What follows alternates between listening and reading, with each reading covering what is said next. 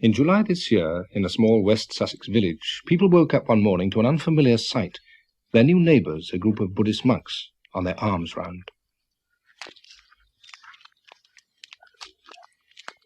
Their order has existed in the East for 2,500 years, and they've come to England now in response to a growing interest here in Buddhism.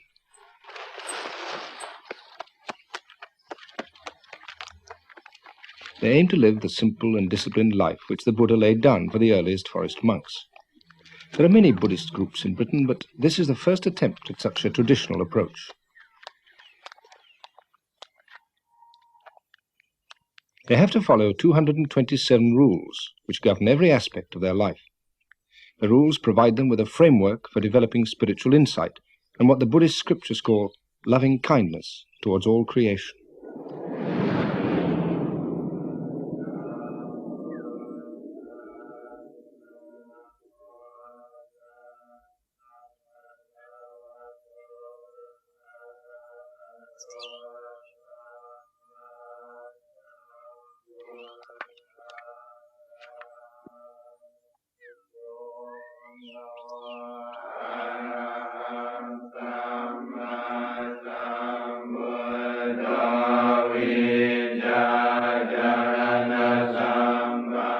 The community consists of about 20 monks, novices and lay followers.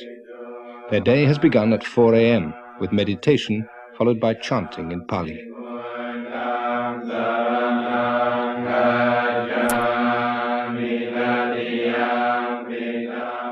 But very little of their day is taken up with ceremonies. They've just moved into a derelict Victorian house with a 100-acre forest nearby. Their first task was to clear up all the debris and make it habitable.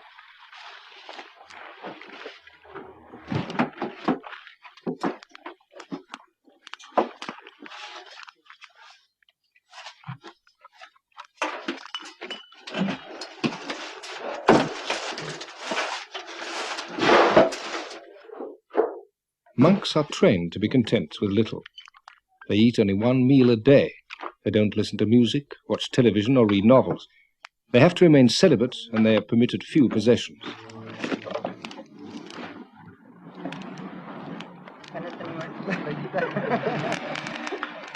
Their aim is to be free of everything which might distract them from their main task, putting into practice the Buddha's teaching about the path to enlightenment.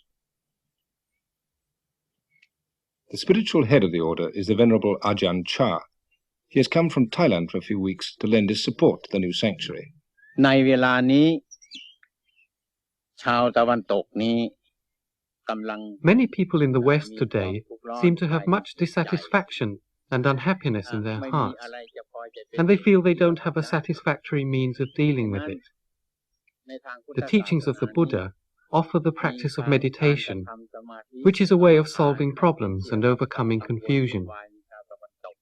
We've been invited over here because many people want to learn how to put the teaching into practice, with the aim of finding a path through their confusion towards peace and calm.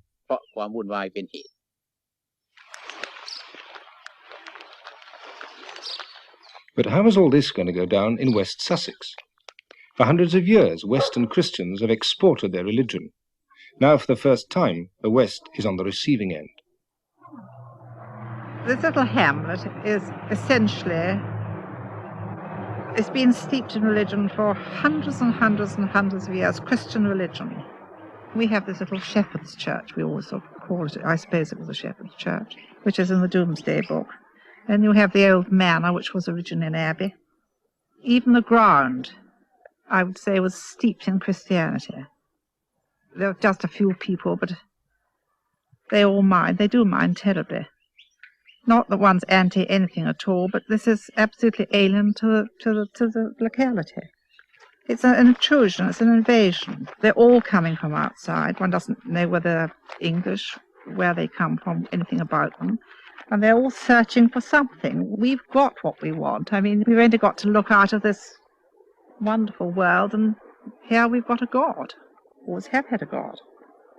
Well, we're not at all anti the monks. I mean, in this godless world, anything that has some sort of spiritual content, which we think they have, is better than nothing. I mean, what is there against them, actually?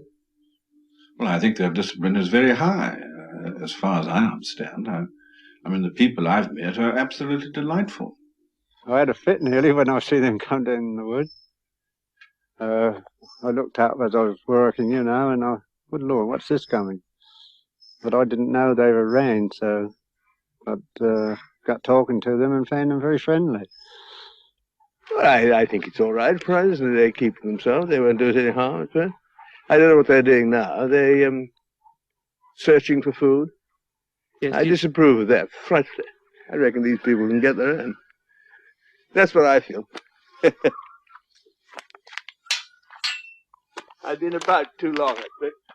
The hardest point for the monks to get across was why they went on their traditional alms round. Were they just scroungers, or was this a vital part of Buddhist practice? To try to explain this and many other points, soon after they arrived, they held a meeting in the village hall. A film was shown on their parent monastery in Thailand, where most of them were trained. These monks in northeast Thailand are on Bindabat, the daily dawn walk to receive their food offered by the villagers.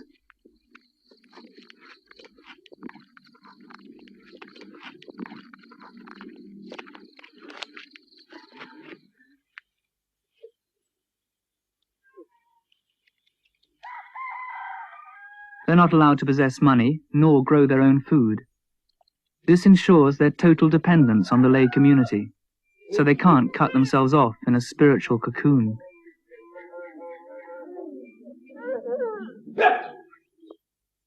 For the laity, Bindabat is a way of paying respect to the discipline of the monks, and also a way of making merit, which many believe brings good fortune in this life and in future rebirths.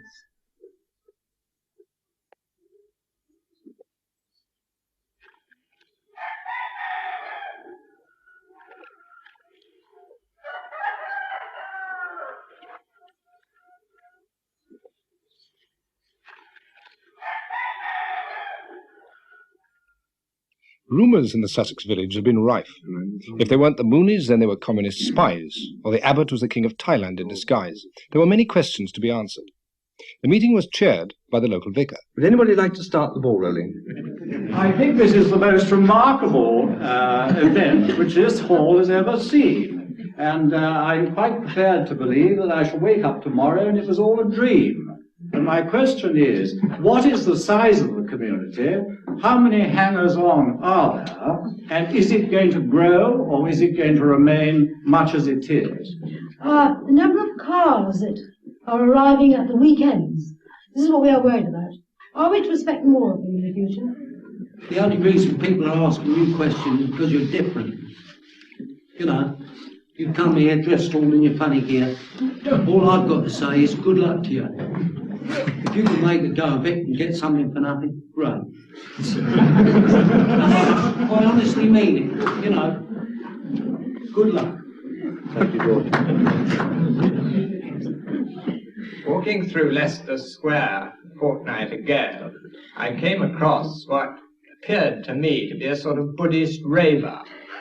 I don't know who the people concerned were, but they were certainly in saffron habits rather like your own. They had shaven heads.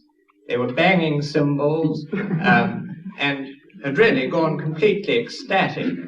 I think one of the things that we have a fear of here is that these sort of people, who may be a fringe element, I don't know, of your faith, may come down here and this sort of thing may go on at Chitters.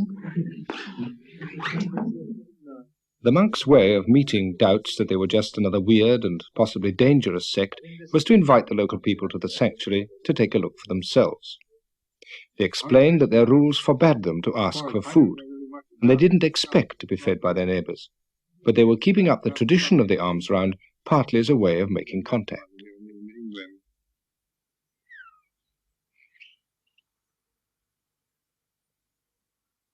Their one meal a day has to be eaten before noon. Part of their food will be grown by their lay helpers, and the rest will be donated by Buddhist supporters from further afield. Today it's been given by the Hampshire Buddhist Society. This temporary dining room was provided by their chairman, who owns a marquee company. You don't have to be a monk to be a devout Buddhist. You can lead an active business life, provided it's not an immoral one. We've come today to offer a meal to the monks, which is known as dharma, and this is an act of giving which establishes a sort of a relationship between lay people and the monks. And it's not, as is often thought, a case of just giving something to gain merit, but ideally, or in the perfect way, giving dharma is a case of giving a little bit of oneself, and so it's in keeping with all the basic Buddhist teachings of the dropping ones he has. I've been asked why I'm Buddhist. It's not very easy to answer that because it's a slow process, and I think a gradual confidence grows, but I suppose it comes down really to the fact that I see, well, it's called dukkha in Pali, which is the old Buddhist language. Probably I understand it as dis-ease, imperfection or suffering, and I see this in others, but more importantly in myself. And I'm of confidence that the Buddhist way of practice is a way of doing away with it gradually. But probably more important than a sort of an intellectual motivation is the fact that I meet monks. And I think in all cases the ones that I've met have been wonderful examples of the result of the training, the sort of fruition of it, if you like. พวกชาวพุทธทั้งหลายได้มารวมกันกระทำบุญในสถานที่นี้ Today all of you Buddhists have had a chance to come. One of the monks' main roles is to teach. The idea is that the lay people provide food for the body and the monks provide food for the mind. The sanctuary is a kind of spiritual powerhouse where people come to be recharged. So as we see all other people, we see other people's children, that we learn to love other people's children in the same way that we would love our own children. Ajahn Papakaro used to give pep talks of a different kind when he was a US Army captain in Vietnam, where he first encountered Buddhism. I began to practice as a layperson in the Army, and it became quite obvious that if I wanted to continue being a devout lay Buddhist, to practice strictly adhere to the training precepts that are taught and things, that just to wear a military uniform would be against those teachings. I thought if I wanted to do it 100%, that it would be best to become a monk. And here I am, 8 years later. Tanaranyabo has been a policeman, a merchant seaman, a TV engineer and a barman, but for the last 3 years a Buddhist monk. The Buddha's teaching was always intended to be flexible, and there's nothing in it which prohibits adapting to new ways, provided they don't contradict the basic principles. I'm not a very high-minded person. In fact, high-mindedness sometimes I find more aggravating than just a basic, down-to-earth approach to life. Honesty is all it's about. Trying to be totally honest about things as they are and about you as you are. Because man needs to know, apart from his job and everything, which is part of his life, men need to know who they are. Who you are and what you are, not what you're doing, what you are, is very important. And monks are concerned more with that. Because, I mean, I myself have done many things, different kinds of jobs. But I didn't know who I was. If a man gets too separated from the world or his environment, he gets ill. I think I've seen that in myself and in other people, a certain kind of alienation, loss of harmony. To have harmony, you need to know yourself. And harmony is the greatest peace and happiness. If you don't have harmony, it doesn't matter what you've got.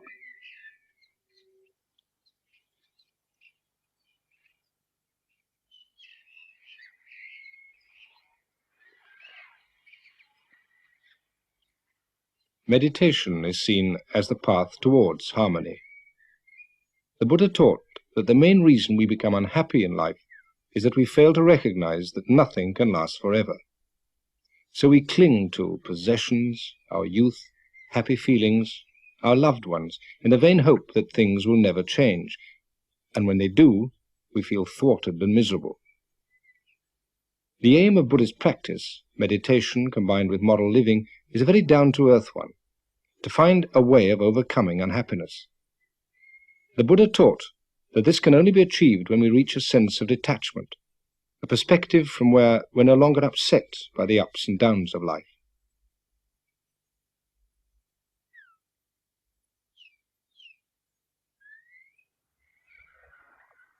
When we accept that all existence is impermanent, we begin to take things in our stride. And once we stop clinging to things as though they last forever, then we begin to overcome unhappiness.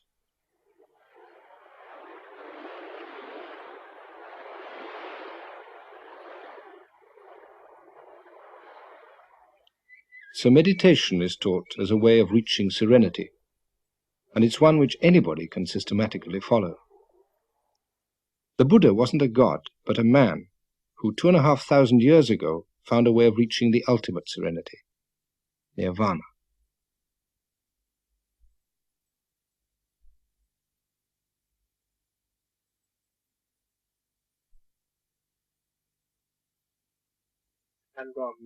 But meditation isn't regarded as something just for monks. Does your meditation include the mindfulness aspect which was taught by the Buddha? One of the first visitors to the center was Rear Admiral Shattuck.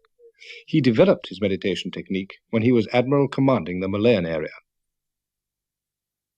I think what is significant about meditation at the present moment is the way in which it's spreading. It is a form of scientific prayer which people can learn by stages, and not only learn, but be convinced by stages that they are doing something which is benefiting themselves, not because they become richer or do their job better, but simply because they feel much more complete in themselves as a more complete person. The object of the exercise is simply to find the inner resources of your being and make more use of them in your daily life. When one has the greater sensitivity that the development of the mind gives you, you are better able to know how to help your fellow men and what they need and what you yourself can give them which will help them on their way. I think this is the object. It's a selfless object. It's not a selfish object, although selfish satisfactions may come from it incidentally. Meditation is often thought of as a self-centered pastime associated with hippies and dropouts rather than admirals. But many of the people here have come not to escape the world, but to find out how to be more effective in it. I'm an occupational therapist. I was working in a psychiatric unit with people who had different kinds of emotional disturbance, and I enjoyed the work, but I felt that there was probably a better way to help people, and that really I needed to learn a bit more about life and about myself so that I could begin to have some understanding of the sort of things that were happening to these people.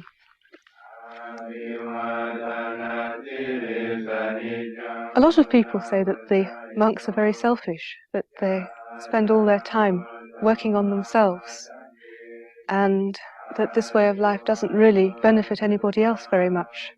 But it's benefited me enormously, because what they're doing is living a teaching, and they're making it work, and showing other people that they can make it work too. That's one of the things that they do to help. They just act as a kind of a living embodiment of the teaching. Well, if it hadn't been for this practice and this teaching, I would have ended up in a nut house. You do some meditation, and you conduct yourself very mindfully and peacefully. You get insights into the way your own mind's going round in its own particular short circuits. And you break through a lot of neurotic behaviour patterns, and you find yourself coping with the world again, simply because this training's shown you how to look into your own mind. Even the most menial work can be regarded as a form of meditation if it's carried out with awareness.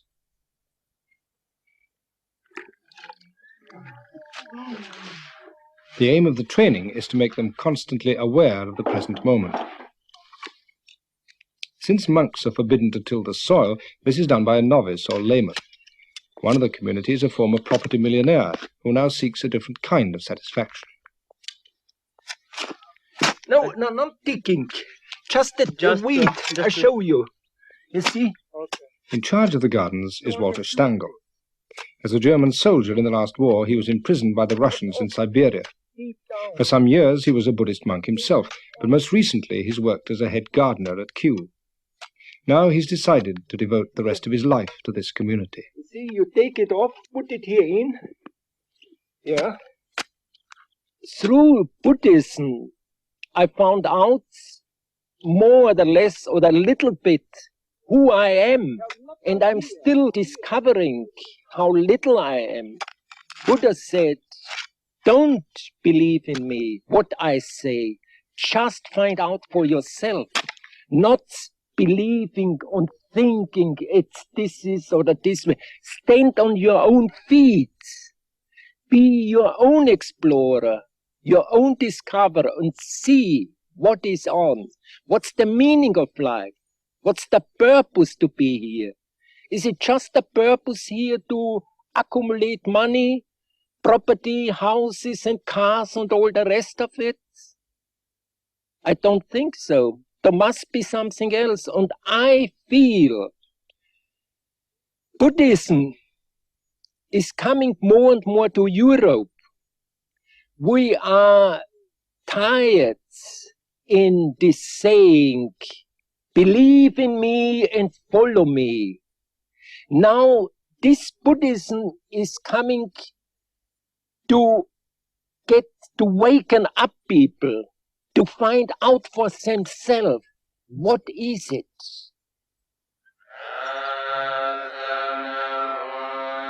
The Buddha taught that understanding is more important than believing, and that enlightenment doesn't come in the form of grace from a divine power, but as a result of man's own efforts to understand the teaching. Here the monks are performing a ceremony for a couple who've recently been married. The groom was once a monk himself. There's no dishonor in having disrobed, since Buddhists accept that all states are subject to change.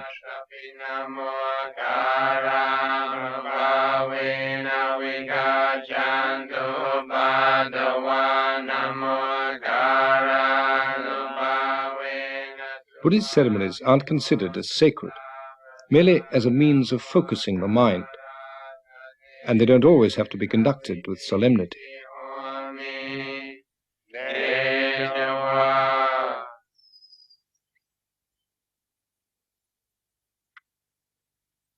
At the end of the ceremony, they tie a thread as a gesture of good luck. Even the cat benefits from the ritual sprinkling.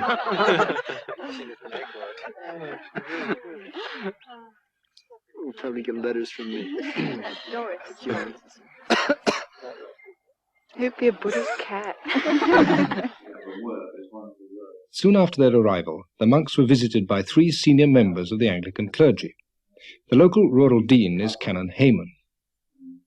Could be asked why you come from another culture wearing the particular robes that you do wear into our society, which has a long, rich tradition of spirituality and meditation. When I was asked to come to England, people would say, are you going to wear those robes? They'll only repel people.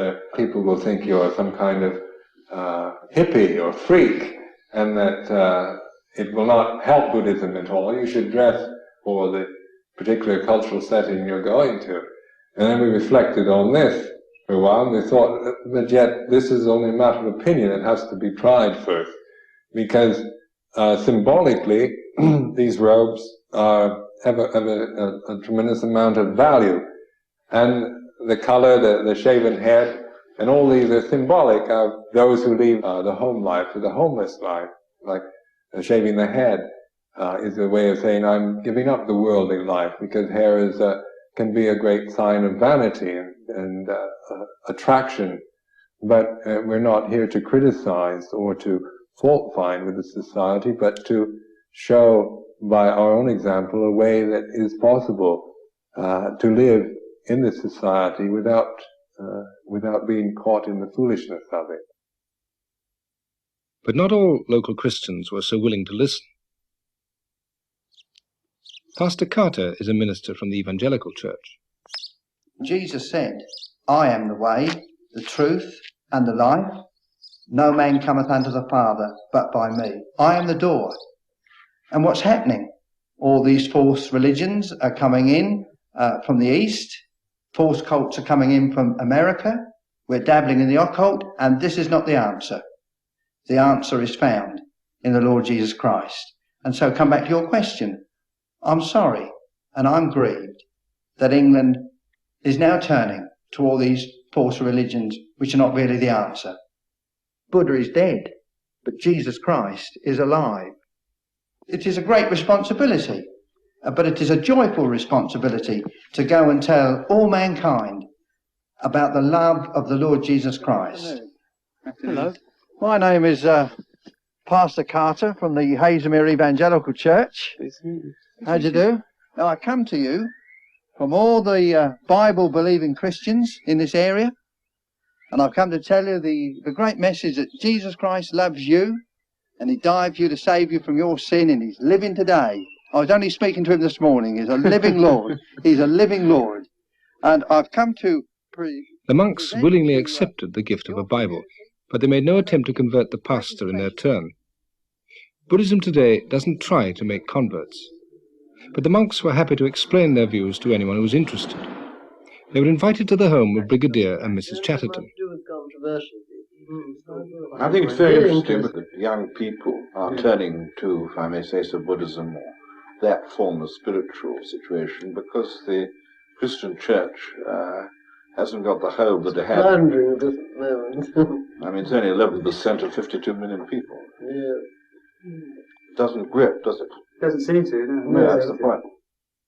We see religions, any religion, as a convention or a tool or some kind of vehicle which we use in order to transcend the worldly suffering, the cycle of birth and death, in order to be one with the ultimate truth.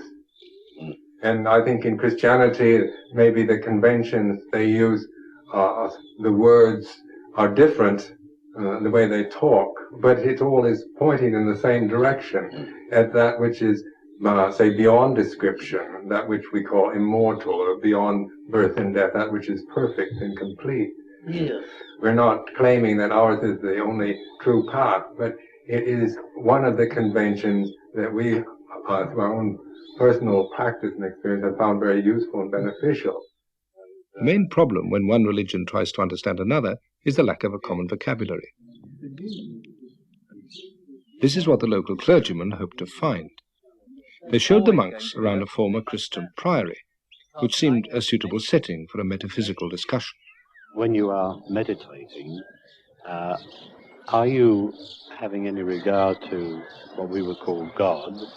I'd be very shy of using the word God. I would say that it's becoming aware of the way things are, the way your mind is, the way that your mind works, but the way that all things are interconnected, interrelated. It's opening yourself up to that which is beyond your immediate knowledge and realizing there is something beyond that, that which arises and that which passes away, that which is mortal, that which is born and dies. But whatever that is, you can't understand it and you can't name it. What I'm worried about is that we don't seem to have a word which we can both use to describe what we're seeking. If I'm seeking ultimate truth, and if the abbot and Buddhist monks are seeking the ultimate truth, and if we accept that the ultimate truth cannot alter or be anything different, then there must be some way in which we can communicate with each other. The world will separate us, right? He's a Buddhist, I'm a Christian. But intrinsically, basically, in what I'm doing, I feel that there is as much between you and me as there is between any other worshipping and sincere and devout Christian. So that I can see it gets anywhere. Local clergymen like the Reverend Christopher Boxley feel they personally can find a meeting point. But for the Church of England as a whole, does the presence of Buddhism in any way pose a threat? It can't be bad if it's something that challenges you.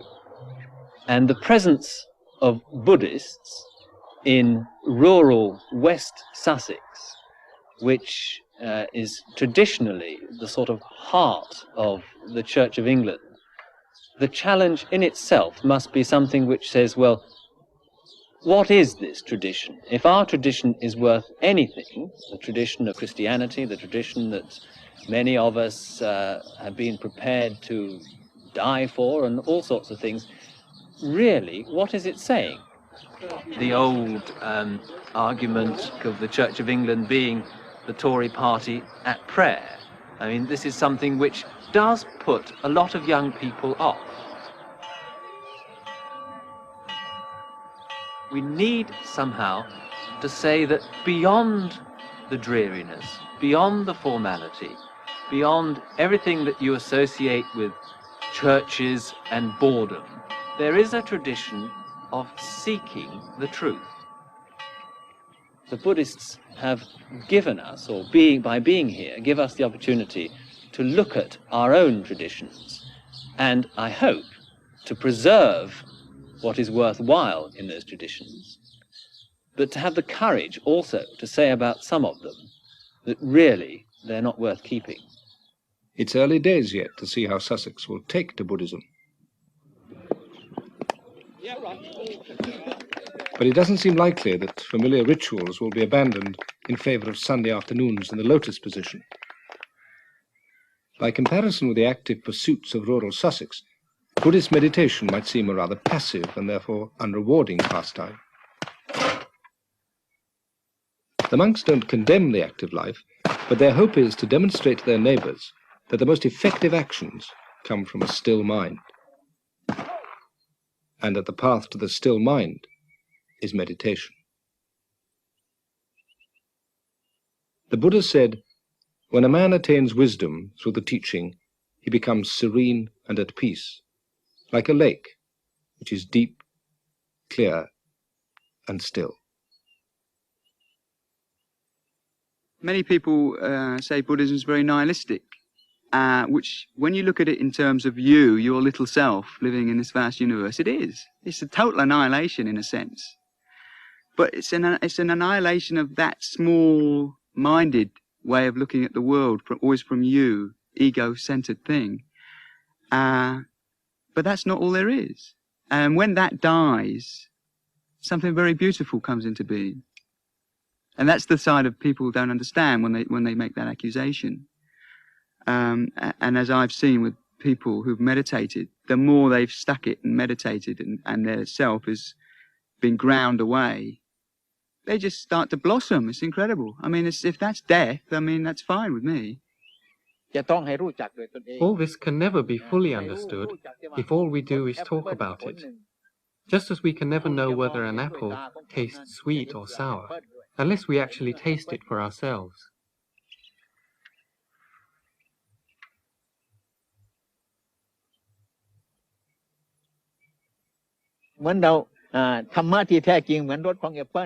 The ultimate truth is like the flavor of an apple, which you can't see with the eye or hear with the ear. The only way to experience it is to put the teaching into practice. Once you've tasted it, you'll no longer be in any doubt about its flavor, and you won't have to ask anyone else. The problem will be solved.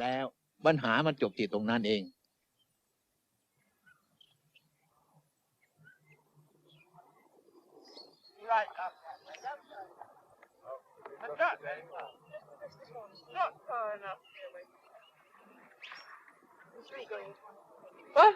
3 people, this is one off the petrol. We invite you to come and visit us. What? We invite you to come Oh, and visit us. very kind of you. We'd love to, yes. So you can When see you're- what we're doing. When you're... What you're up to. Yeah. What we're up to.